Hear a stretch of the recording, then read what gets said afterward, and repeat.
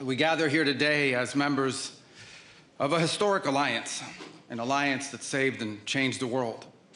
You know, when this conference began in 1963, it was in a nation, actually it was on a continent, that was divided against itself. The line between communism and freedom ran through the heart of Germany. The first barbed fences of the Berlin Wall had gone up just 2 years prior.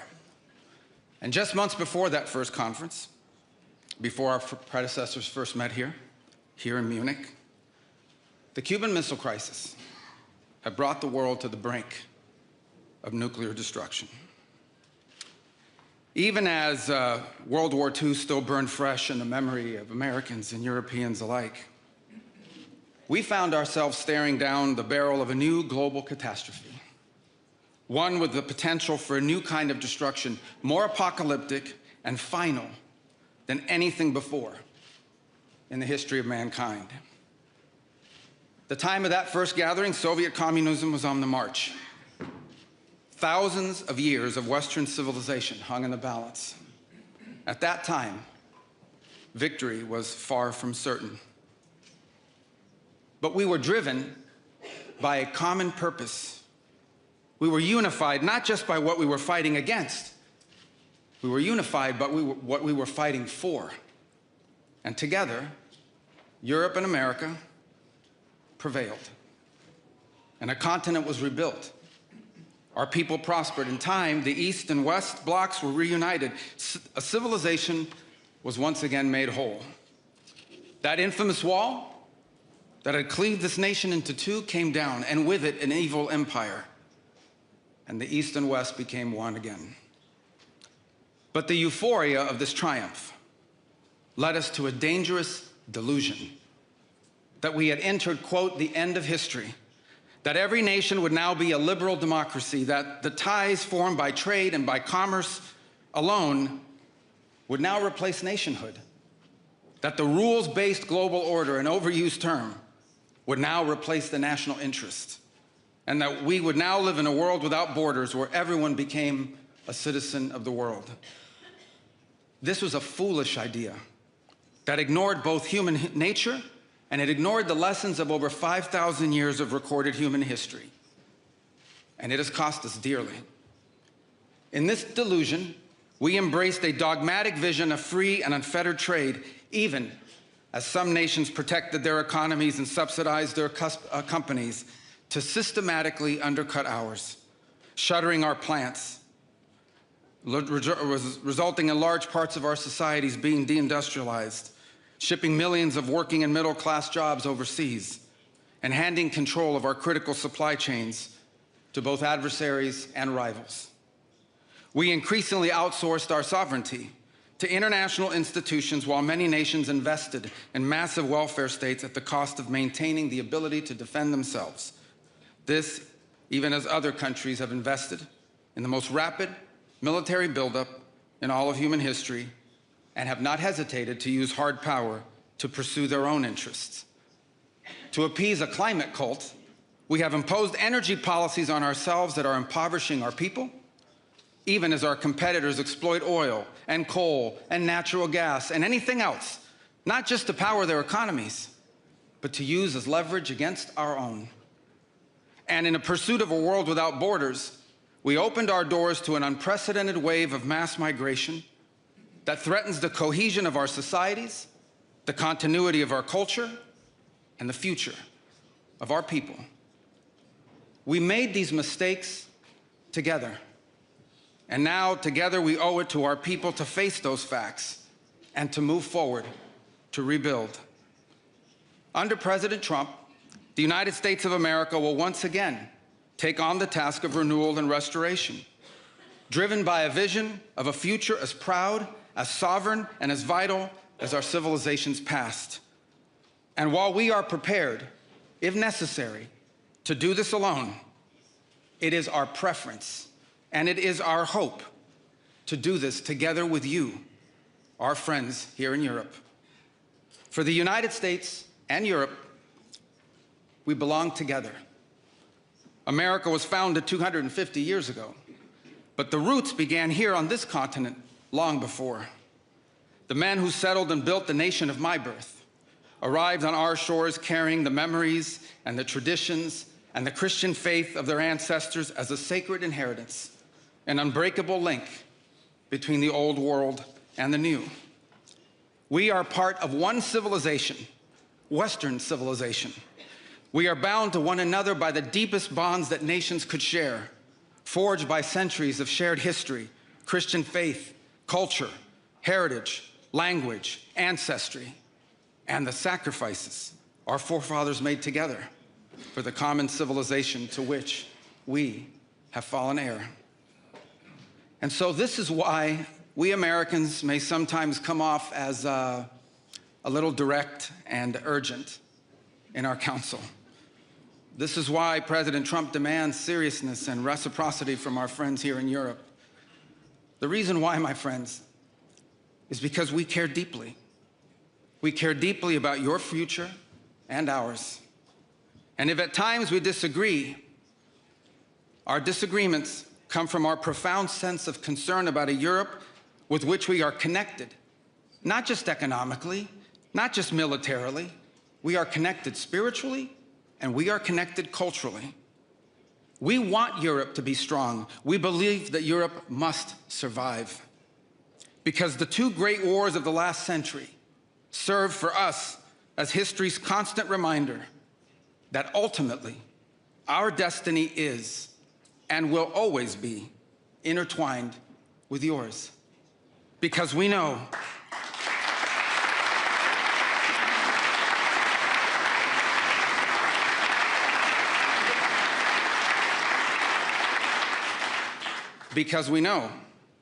that the fate of Europe will never be irrelevant to our own. National security, which this conference is largely about, is not merely a series of technical questions. How much we spend on defense or where, how we deploy it, these are important questions. They are. But they are not the fundamental one. The fundamental question we must answer at the outset is, what exactly are we defending? Because armies do not fight for abstractions. Armies fight for a people. Armies fight for a nation. Armies fight for a way of life. And that is what we are defending, a great civilization that has every reason to be proud of its history, confident of its future, and aims to always be the master of its own economic and political destiny. It was here, in Europe, where the ideas that planted the seeds of liberty that changed the world were born. It was here, in Europe, where which gave the world the rule of law, the universities, and the scientific revolution. It was this continent that produced the genius of Mozart and Beethoven, of Dante and Shakespeare, of Michelangelo and Da Vinci, of the Beatles and the Rolling Stones.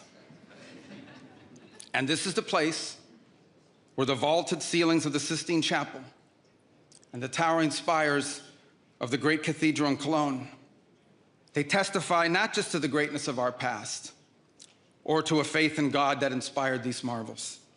They foreshadow the wonders that await us in our future. But only if we are unapologetic in our heritage and proud of this common inheritance can we together begin the work of envisioning and shaping our economic and our political future. Deindustrialization was not inevitable. It was a conscious policy choice, a decades-long economic undertaking that stripped our nations of their wealth, of their productive capacity, and of their independence.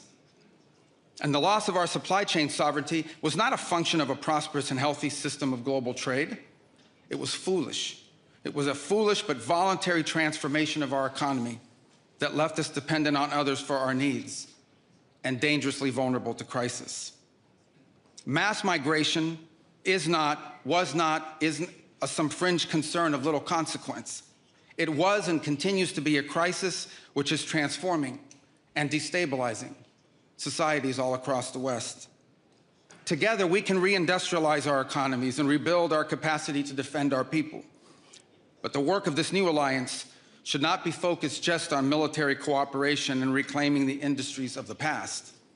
It should also be focused on together advancing our mutual interests in new frontiers, unshackling our ingenuity, our creativity, and the dynamic spirit to build a new Western century.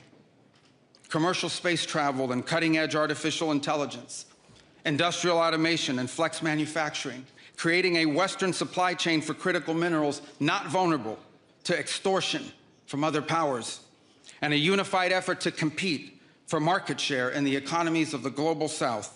Together, we can not only take back control of our own industries and supply chains, we can prosper in the areas that will define the 21st century. But we must also gain control of our national borders. Controlling who and how many people enter our countries, this is not an expression of xenophobia. It is not hate.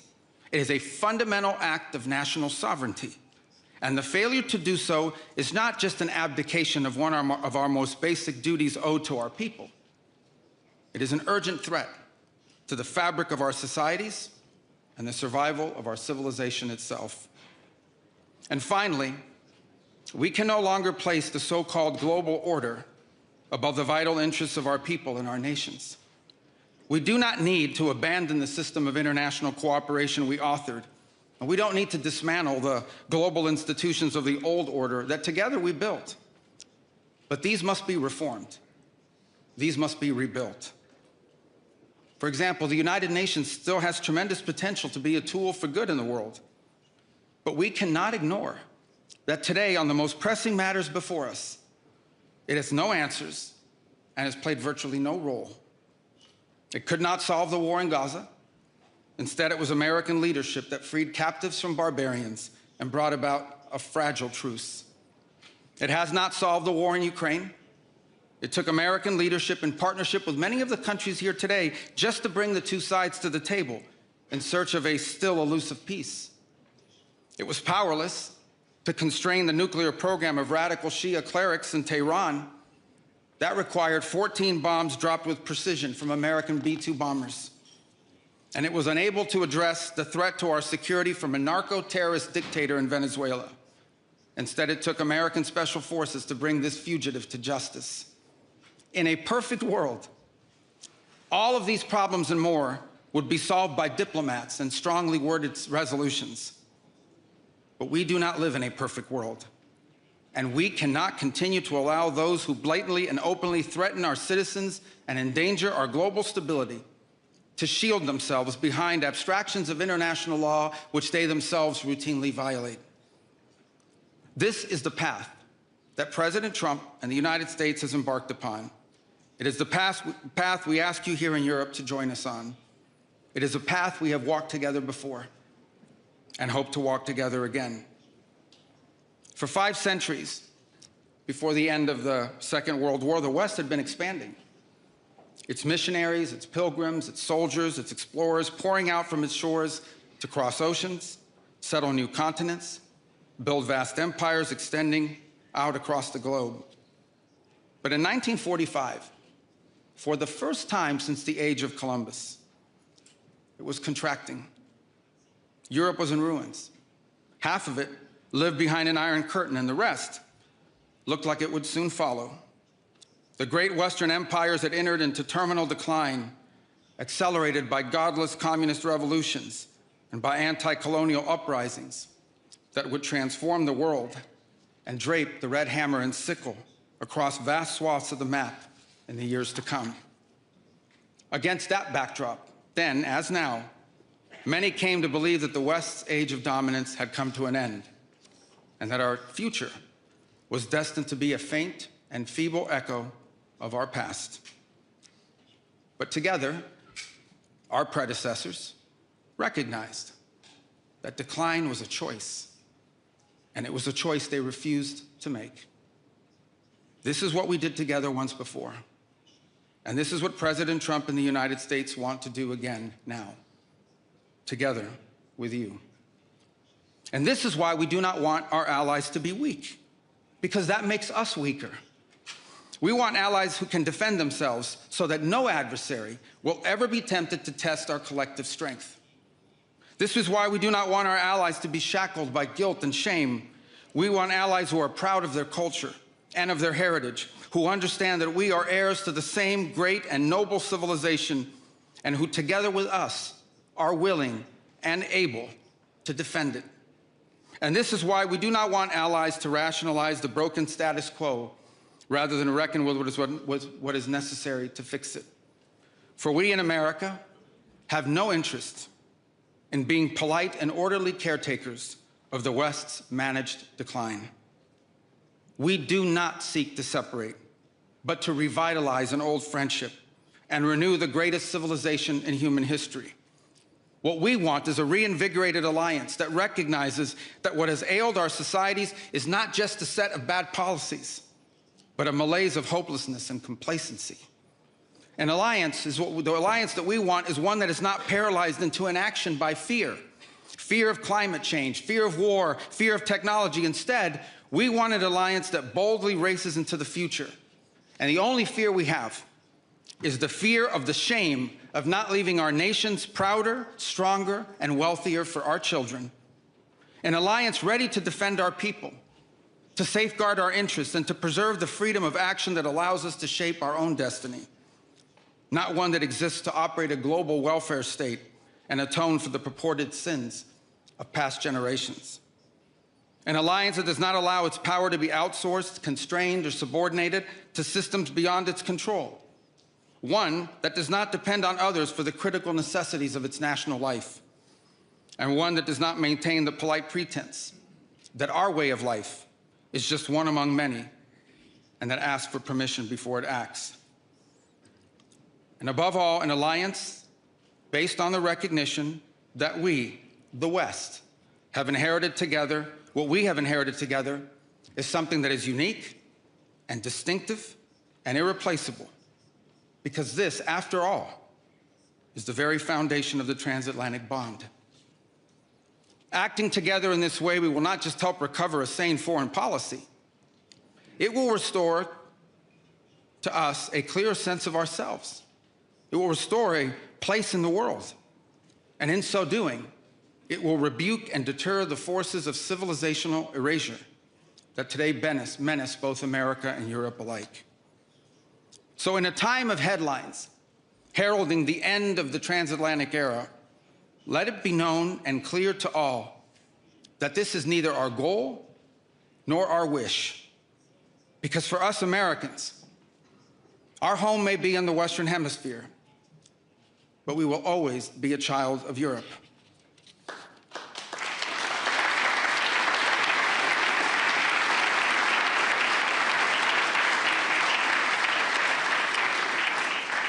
Our story began with an Italian explorer whose adventure into the great unknown to discover a new world brought Christianity to the Americas and became the legend that defined the imagination of our pioneer nation. Our first colonies were built by English settlers, whom we owe not just the language we speak, but the whole of our political and legal system. Our frontiers were shaped by Scots-Irish, that proud, hardy clan from the hills of Ulster that gave us Davy Crockett and Mark Twain and Teddy Roosevelt and Neil Armstrong. Our great Midwestern heartland was built by German farmers and craftsmen who transformed empty plains into a global agricultural powerhouse. And by the way, dramatically upgraded the quality of American beer. Our expansion into the interior followed the footsteps of French fur traders and explorers whose names, by the way, still adorn the street signs and town names all across the Mississippi Valley. Our horses, our ranches, our rodeos, the entire romance of the cowboy archetype that became synonymous with the American West. These were born in Spain. And our largest and most iconic city was named New Amsterdam before it was named New York. And you know that in the year that my country was founded, Lorenzo and Catalina Giraldi lived in Casal Monferrato in the Kingdom of Piedmont, Sardinia. And Jose and Manuela Reina lived in Sevilla, Spain. I don't know what, if anything, they knew about the 13 colonies which had gained their independence from the British Empire. But here's what I'm certain of. They could have never imagined that 250 years later, one of their direct descendants would be back here today on this continent as the chief diplomat of that infant nation. And yet here I am, reminded by my own story that both our histories and our fates will always be linked. Together, we rebuilt a shattered continent in the wake of 2 devastating world wars. When we found ourselves divided once again by the Iron Curtain, the Free West linked arms with the courageous dissidents struggling against tyranny in the East to defeat Soviet communism. We have fought against each other, then reconciled, then fought, then reconciled again. And we have bled and died side by side on battlefields, from Kapyong to Kandahar. And I'm here today to leave it clear that America is charting the path for a new century of prosperity, and that once again, we want to do it together with you, our cherished allies and our oldest friends.